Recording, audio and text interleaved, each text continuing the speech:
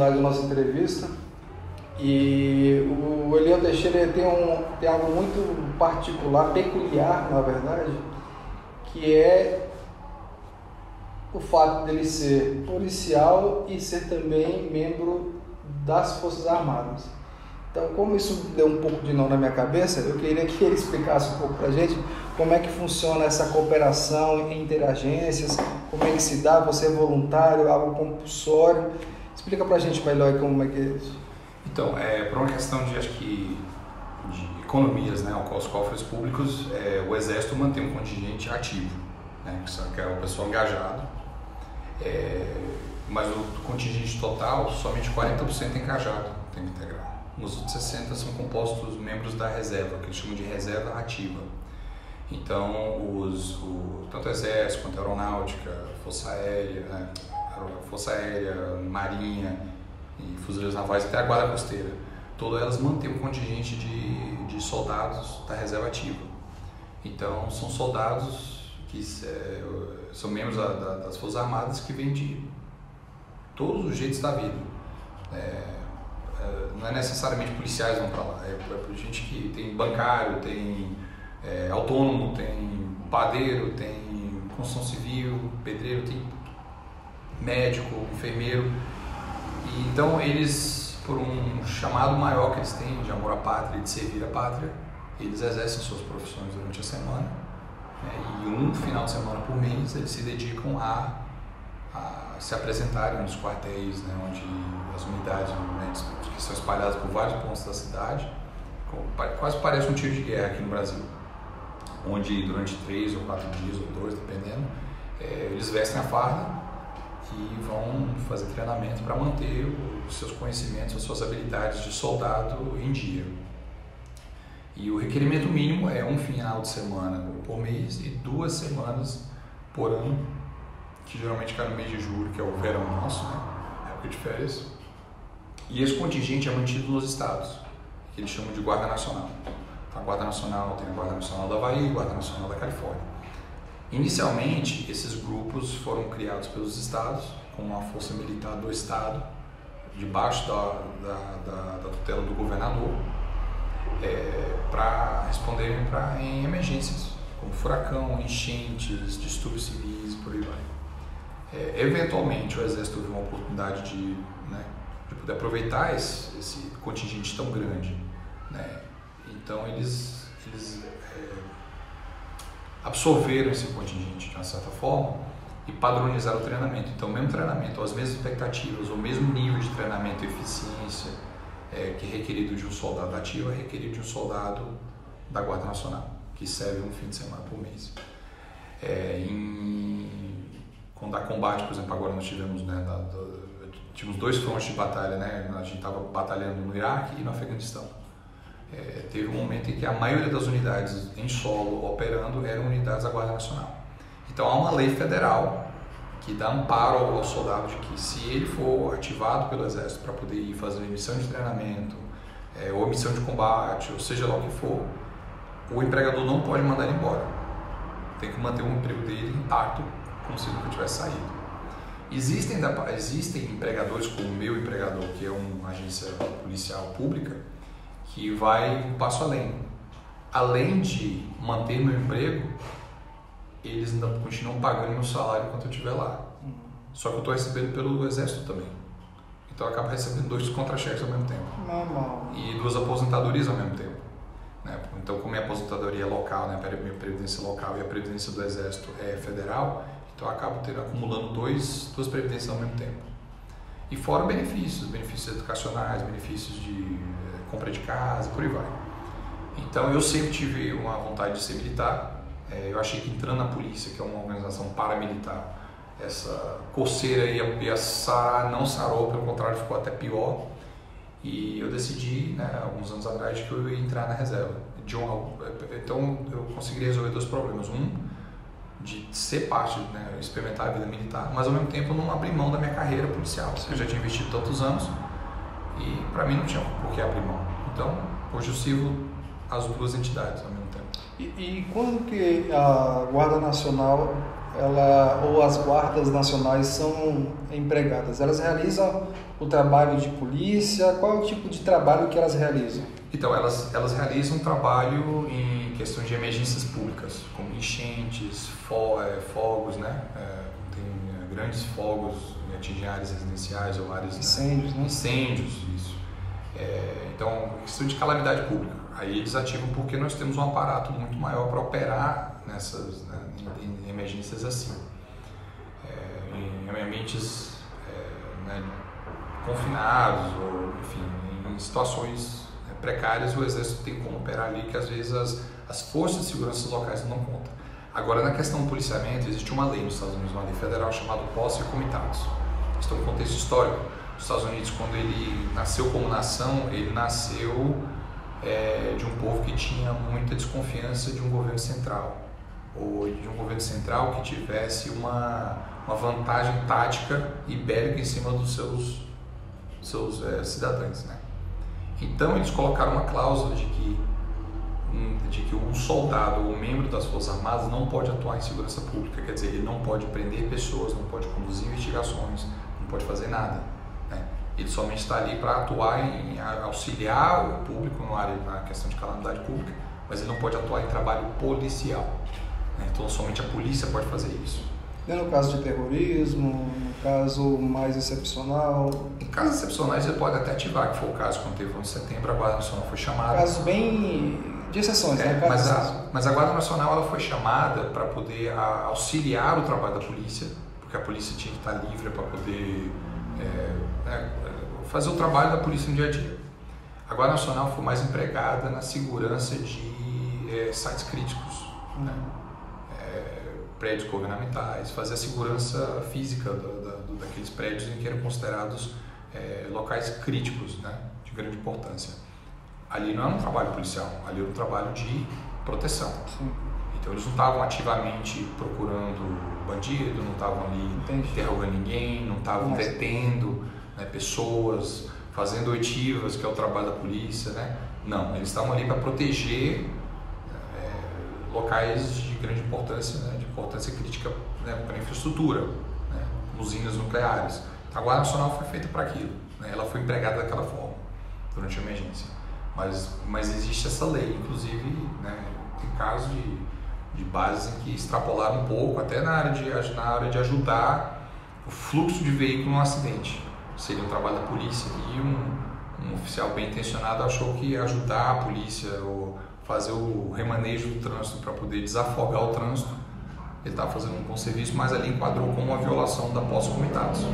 Então logo as Forças Armadas, e logo ele foi autuado inclusive pelo Código Militar de Justiça por esse crime. Eu acho que você acompanha um pouco, nós tivemos uma polícia militar, parte de uma corporação policial militar que entrou, vou colocar em greve, né? E nesse período aí de poucos dias, os homicídios subiram exponencialmente. E não é a primeira vez, nós já temos ao longo dos últimos anos alguns bons casos de greve de instituições policiais civis e militares. Lógico que a questão da militar, por ser ostensiva, por estar fazendo patrulhamento nas ruas, gera um maior impacto talvez na questão da sensação de segurança, na questão da violência mais livre, como se fosse todo mundo pode fazer o que quiser e etc. O que eu tenho de conhecimento, mesmo aqui no Brasil, né, até o Supremo já se manifestou, nenhum órgão de segurança pública armado pode fazer greve. Igual a gente. Igual nos Estados Unidos. No caso de greve, supor lá que um grupo lá resolva, ou do seu departamento, ou do departamento, resolva entrar em greve por melhorias e etc., seja lá qual for as intenções. Quais são as consequências para esse ato? Se é que você já presenciou algo semelhante, se não, mas quais que teoricamente seriam as consequências? Então, eu não sei a última vez que a polícia entrou em greve nos Estados Unidos. E eu digo entre as 19 mil agências, porque por lei, assim como no Brasil, as forças de segurança não podem fazer greve.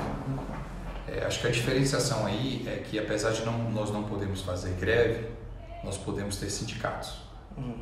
Então, existe uma representatividade do sindicato junto aos governantes para poder fazer as reivindicações que a gente está tentando fazer. E não forçar, tentar fazer essa reivindicação através de uma forma tão extrema, através da greve. Até porque, na nossa experiência, greve não funciona. Entendeu? A gente já tentou, a gente inclusive até tentou a Operação Tartaruga nos Estados Unidos, não deu certo. A gente não conseguiu. White Stripes? Não, é o Blue Flu que eles chamam, né? Blue Flu? O Blue Flu é quando o pessoal, todo mundo de repente fica doente. Pede atestado e ninguém aparece no trabalho. Então já aconteceu o Blue Flu, que seria a Operação Tartaruga, né? Uma estratégia parecida com a Operação Tartaruga.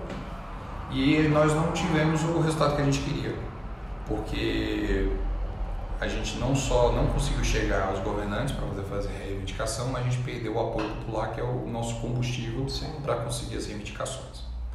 Então acho que pelo menos então, apesar de não nós podermos fazer greve, acho que nem se a gente pudesse a gente faria, porque não surtiu o efeito desejado. Mas, mesmo assim, nós temos algo que é a questão da representatividade, porque o governo não nos representa. Nós, como policiais de classe, o governo está aqui para representar. Ele está ali para defender os interesses do governo e da instituição, mas não do policial individual ou de uma classe de policiais.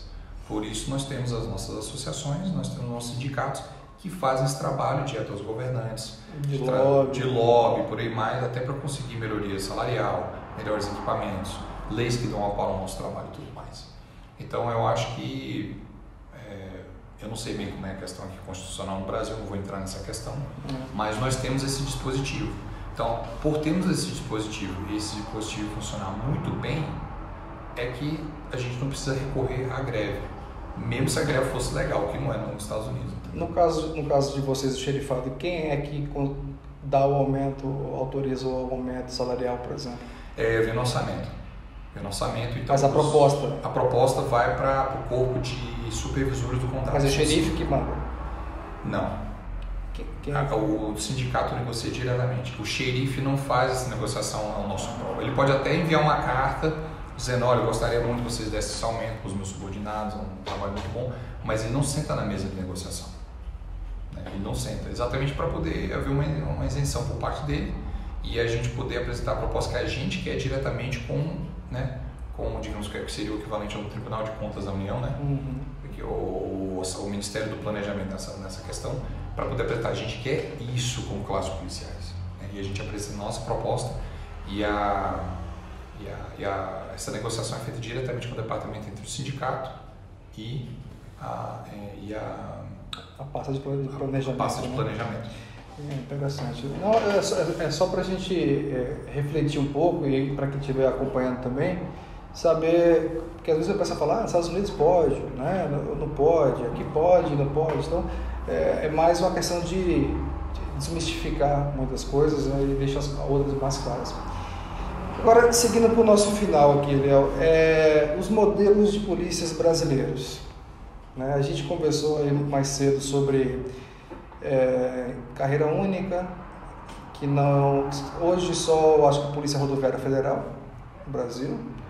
Nós conversamos sobre empoderamento policial, coisa que não é muito bem visto, não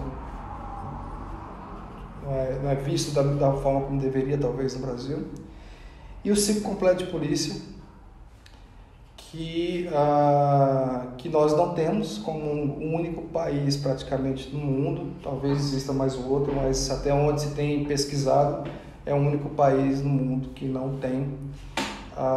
O que você, como policial, como brasileiro, como americano, como estudioso, você já refletiu em algumas possibilidades, algumas propostas para tentar melhorar ou tentar algumas boas práticas que sejam para que o Brasil possa melhorar no âmbito da segurança pública como um todo, e talvez incluindo esses pontos que eu falei, ou não, porque a gente também não falou sobre desmilitarização.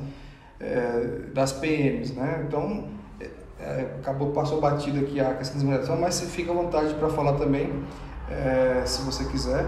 Mas que seria mais ou menos um wrap-up da nossa conversa, para ver se de repente você tem algo assim que, olha, eu imagino que talvez isso dê certo.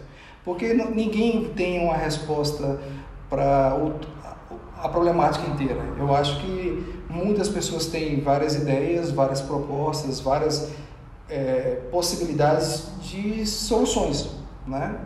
Boas práticas, muda aqui, muda acolá, etc.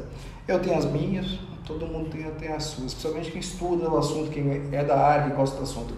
Então, eu queria ouvir da sua parte, aí se você quiser incluir a questão fazer uma parte da questão da polícia ser militar ou não, e etc., para a gente poder fechar com chave de ouro essa. Olha, é uma situação complicada eu falar sobre a polícia brasileira, porque eu não sou da polícia brasileira, né? Então, eu acho que eu sou uma pessoa, eu não tenho o crédito suficiente, né, para poder fazer uma crítica à polícia brasileira, porque eu não sou da polícia. Agora, eu tenho acompanhado nos últimos anos as várias discussões que estão sendo mantidas entre as várias forças, né? Eu sou grato pelos colegas que eu tenho aqui no Brasil e eles têm se empenhado bastante em trazer à tona essa reforma que é muito necessária na polícia. Então, através deles é que eu vejo, através da ótica que eles apresentam de pessoas que estão inseridas dentro das polícias, do que poderia funcionar e o que não poderia funcionar. Eu sou um mero colaborador para responder perguntas de como é que é feito lá fora.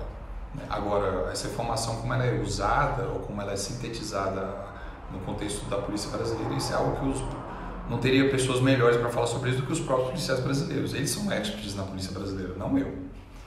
Mas eu acho assim, uma coisa que eu sempre falo meus colegas brasileiros, muitos deles perguntam, cara, mas como é que essa questão da apreciação da polícia, né?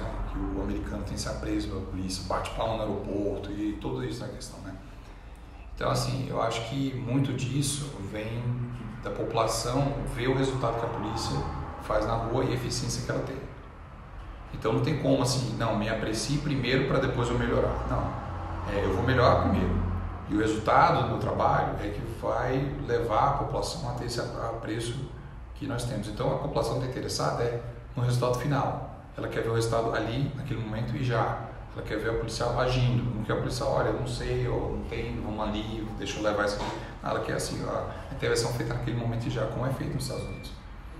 Aqui, eu já vi vários vídeos circulando na internet, o pessoal, a polícia agindo naquele momento, ou seja, capturando o bandido e tudo mais, o pessoal batendo palma, porque ela viu a polícia agindo naquela forma ali, naquele momento já, e isso leva a preço. Então, assim, como diria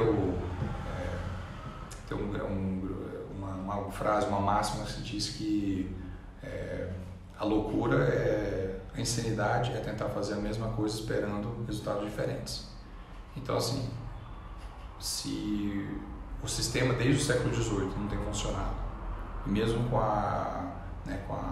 o surgimento de novas tecnologias, né, na sociedade, e agora entrada com o pessoal de superior nas polícias e por aí vai, se nada disso está resolvendo, ou se tacar dinheiro no problema esperando que resolva, nada disso resolveu, então talvez é uma hora de pensar em algo diferente, porque aí seria insanidade fazer a mesma coisa esperando recursos diferentes.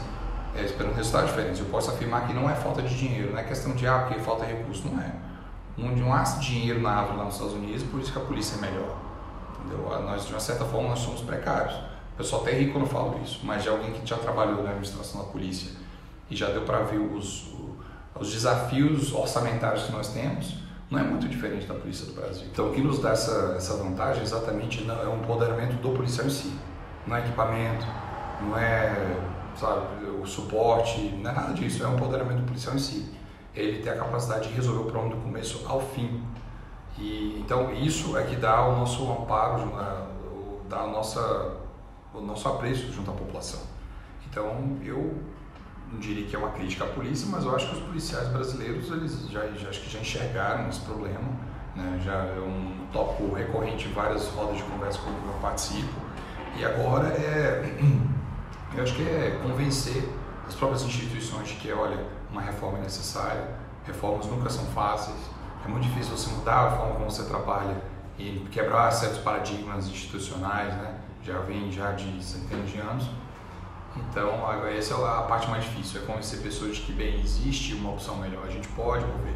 E não diria que necessariamente o modelo americano, né, que é o melhor, não diria que a polícia americana é a melhor do mundo, mas o que todas as polícias do mundo têm em comum são certos conceitos gerais, que um é da meritocracia na hora da promoção, né, numa carreira única, que é o que a gente vê por aí, e o ciclo completo de polícia, que é o empoderamento do policial interventor naquele momento, de resolver tudo ali naquele momento, sem ter que locomover pessoas ou locomover a própria cena do crime, ou ter que depender de outras instituições para resolver aquele problema.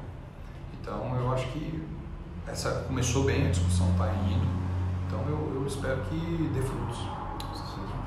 Eu acho que você terminou aí essa conclusão sua, é algo super importante que eu tenho conversado bastante, que é a questão que o Brasil nunca teve uma reforma policial.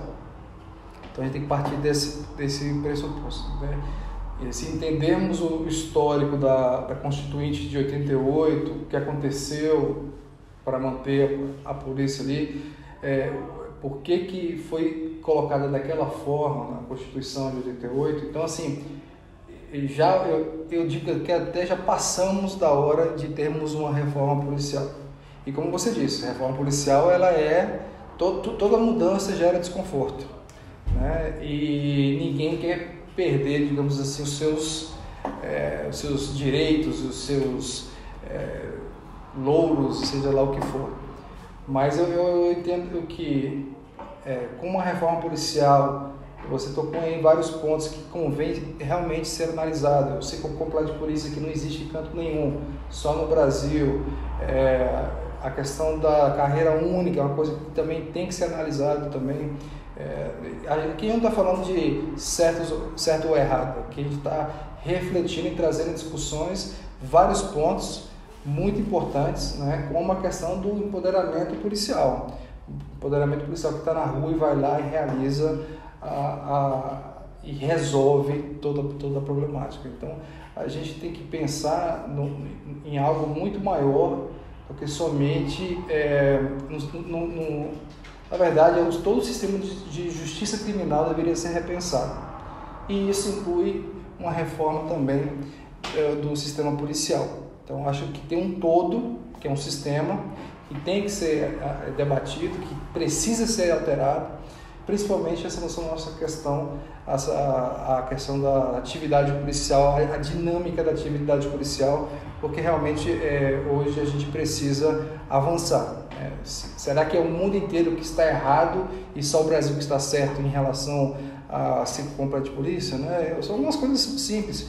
Será que tem várias polícias no mundo também que tem 2 entradas, mas e os benefícios que uma carreira única pode trazer? Você trouxe vários exemplos bacanas sobre a questão do policial não se sentir diminuído por não querer ser promovido. E finalizando, meritocracia. A meritocracia, sem dúvida, é algo que nós não temos aqui. Nós temos merecimento, né, e nós temos antiguidade. A antiguidade, né, tem aquela coisa que está ali, uma hora vai chegar a sua vez. Merecimento é quem te indica, é o famoso quem te indica. Todo mundo é assim? Não, estou generalizando. Mas meritocracia é diferente. Meritocracia, ela precisa de uma série de indicadores, de elementos para que o policial ele possa ascender e ascender com conteúdo, né? Com aquela experiência que vai torná-lo uma referência para os seus subordinados naquele momento. Então, Eliel, eu te agradeço demais aí o seu tempo aqui durante essa tarde. Com certeza nós vamos nos encontrar outras vezes, ou aqui ou lá. Que tenha uma boa estada aqui em Brasília, com a sua família. E agradecer a você que nos acompanhou. Eu espero que você possa ter aproveitado o máximo possível essa entrevista. Muito obrigado. Obrigado, Sérgio.